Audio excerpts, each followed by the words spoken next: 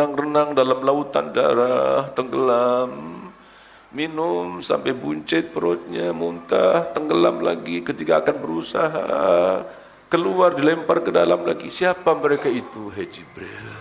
Itulah para pemakan riba dan orang yang bergelumang dengan segala harta yang haram. Ada kelompok orang yang saling bercakaran kuku panjang dari tembaga besi api neraka.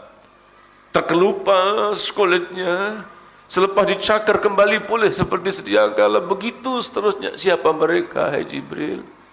Itulah umatmu yang dahulu ketika di dunianya kerjanya tukang cakar-cakar, begitulah.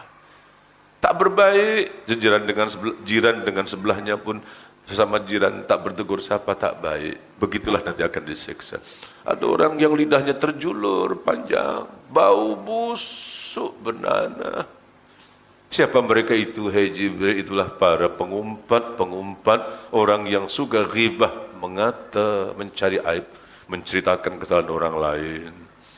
Melihat orang yang memikul beban kayu yang di atas pundaknya pun masih banyak, berat tak terpikul, ditambah lagi dengan beban-beban lainnya. Siapa mereka itu, hai Jibril?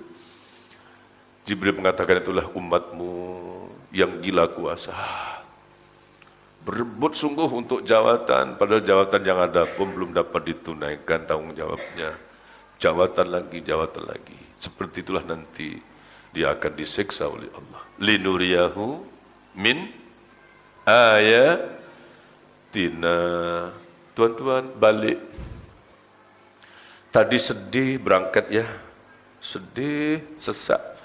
Bumi yang luas lapang terasa begitu sempit karena semua orang memulaukannya ya.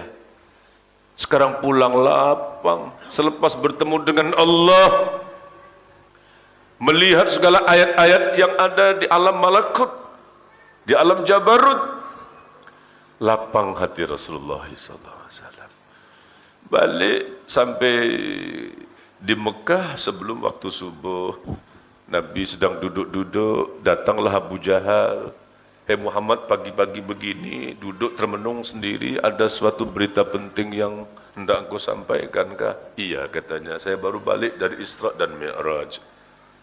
Dari mana? Saya tadi malam berjalan dari Mekah ke Palestina, lepas itu saya dibawa naik sampai langit ke-7 hingga Sidratul Muntaha.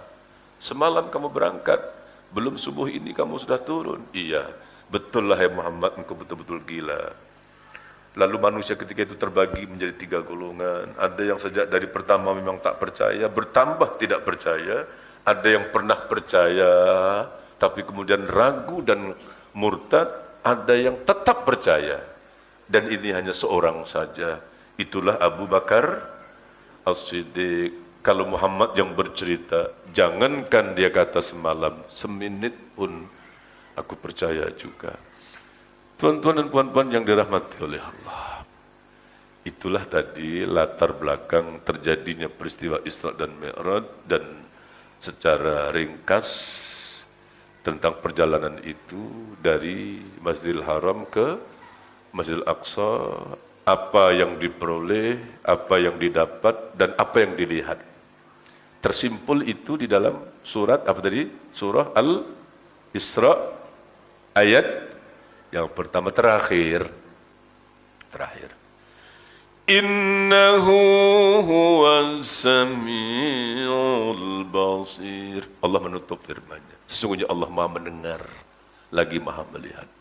Ditutup ayat itu dengan sifat Allah Sami' Basir. Awalnya tadi dengan tasbih, subhanallah, tasbih. Bertasbihlah, sucikan hatimu, bersihkan jiwamu. Nama Allah tak akan mungkin dapat kamu sentuh, melainkan kalau hatimu bersih, jiwamu bersih. Sucikanlah, subhanallah, maha suci Allah. Seorang hamba yang beriman, dia akan menerima apa saja yang datang daripada Allah. Jika jiwanya bersih, jika hatinya bersih, tak ada beban yang berat, tak ada yang mustahil. Hingga perjalanan yang dikatakan mustahil, tidak mungkin, itu adalah sesuatu yang sangat mudah bagi Allah. Bertasbihlah, subhanallah, agar beban beratmu terasa ringan, agar kusut masalahmu terungkai. agar keruh hidupmu ini segera ada kejernihannya, agar masalah segera dapat jalan keluarnya. Tasbihlah, tasbihlah. Ketika malaikat-malaikat di sekeliling arsy diperintah oleh Allah memikul arsy, beratnya arsy tak terpikul. Berat arsy itu. Allah berfirman, tasbihlah. Para malaikat pun bertasbih. Subhanallah, subhanallah. Ketika mereka bertasbih, maka mereka boleh mengangkat beban yang berat. Arsy yang berat itu dapat dipikul. Tasbih. Subhanallah. Idza jaa nasrullahi wal fath. Terus?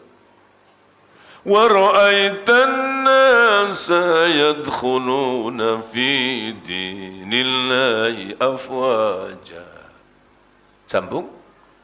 Fasabbih bihamdi rabbika wastaghfir innahu kana tawwaba. Apabila datang pertolongan Allah dan kemenangan, mana dulu disebut pertolongan Allah atau kemenangan? Coba dengar lagi. Idza jaa nasrullahi wal fath. Apabila datang pertolongan Allah dan kemenangan. Mana disebut dulu? Pertolongan Allah dulu ke kemenangan dulu? Pertolongan Allah dulu. Artinya ditolong Allah maka menang. Kamu tak akan menang sendiri kalau bukan pertolongan Allah. Menangmu sebab dimenangkan Allah. Kamu menang sebab